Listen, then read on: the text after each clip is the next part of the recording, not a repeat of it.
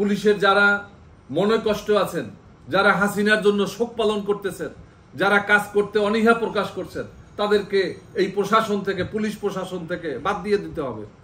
স্বরাষ্ট্র উপদেষ্টা তিনি যেভাবে আপ্রাণ চেষ্টা করছেন, দিনে রাতে পরিশ্রম করে আজকে একটা পর্যায়ে নিয়ে এসেছেন। আপনি দেখেছেন যে এখানে আইজিপি থেকে শুরু করে পুলিশের কনস্টেবল পর্যন্ত, আনসার বাহিনী, তারা এই রাষ্ট্রের বিরুদ্ধে, সরকারের বিরুদ্ধে, জনগণের বিরুদ্ধে তারা বিদ্রোহ ঘোষণা করেছিল। 5 তারিখে ছাত্র গণ অভ্যুত্থান হয়েছে, 6 তারিখেও কিন্তু সাধারণ মানুষের উপরে গুলি চালিয়েছে এই পুলিশ প্রশাসন। সেই পুলিশ প্রশাসনকে আজকে আস্থায় এনে তাদেরকে নতুন নতুন নিয়োগের ব্যবস্থা করে, আমি একাধিকবার বলেছি যে আজকে রাষ্ট্রের এখন উচিত কয়েক লাখ পুলিশের সদস্য নতুন করে নিয়োগ দেওয়া, কয়েক হাজার এসআই এএসআই নিয়োগ দেওয়া।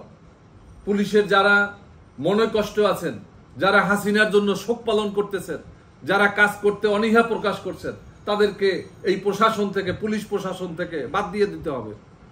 তাদেরকে কোনো বেনিফিট দেওয়ার কোনো সুযোগ নেই, কারণ তারা এই রাষ্ট্রবিরোধী কর্মকাণ্ডে জড়িত। তারা খুনি হাসিনাকে পুনর্বাসন করতে চায়।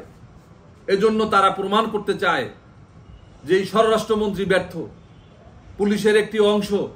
তারা প্রমাণ করতে চায় যে বর্তমান স্বরাষ্ট্র মন্ত্রী তিনি পারছেন না, ডক্টর ইউনূস সাহেব পারছেন না।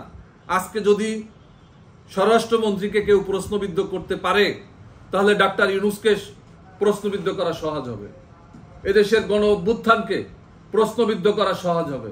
এজন্য আমি মনে করি যে আমাদের যারা দায়িত্বে বিভিন্ন চেয়ারে যারা অবস্থান করছেন, যারা এই দেশ পুনর্গঠনের জন্য বিভিন্ন চেয়ারে বসে আছেন, তাদেরকে মনে রাখতে হবে বিগত 5ই আগস্টের পরিবর্তন, এটা এই দেশের মানুষের বিগত 17টি বছরের আন্দোলন সংগ্রামের ধারাবাহিকতায়, লক্ষ লক্ষ মা বোনের ইজ্জত সংগ্রামের মধ্য দিয়ে, এদেশের কয়েক হাজার মানুষের গুম, খুন, অপহরণ এবং তাদের আত্মত্যাগের মধ্য দিয়ে সর্বশেষ দেখেছেন 2000-এর বেশি আমাদের ছাত্র জনতার জীবনের মধ্য দিয়ে আমরা এই অর্জন আমরা করেছি।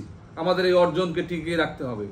লেবার পার্টির মহানগর নেতা আউয়াল মিয়া, ছাত্র মিশনের সক্রিয় সদস্য নাইম হাওলাদার এই ছাত্র গণ অভ্যুত্থানে জীবন দিয়েছে। আজকে আমাদের শহীদদের, তাদের যে আত্মত্যাগ, এটাকে আমাদেরকে জিয়ে রাখতে হবে, এটাকে আমাদেরকে কায়েম রাখতে হবে। আমি এই জন্য মনে করি যে বাংলাদেশের এই যে উন্মাদনা, এই যে হলুদ সাংবাদিকতা, আমরা দেখেছি যে এক একটা টিভি চ্যানেল এখনো তারা পরিকল্পিতভাবে এই সরকারের বিরুদ্ধে তারা কাজ করছে। আমরা দেখেছি একটা ঘটনা জনসম্মুখে এসেছে, যারা হাসনাত আব্দুল্লাহদেরকে গালি দেওয়ার মতো সামর্থ্য রাখে, তাদের অন্তত কোনো মিডিয়া চালানোর মতো কোনো অধিকার নেই।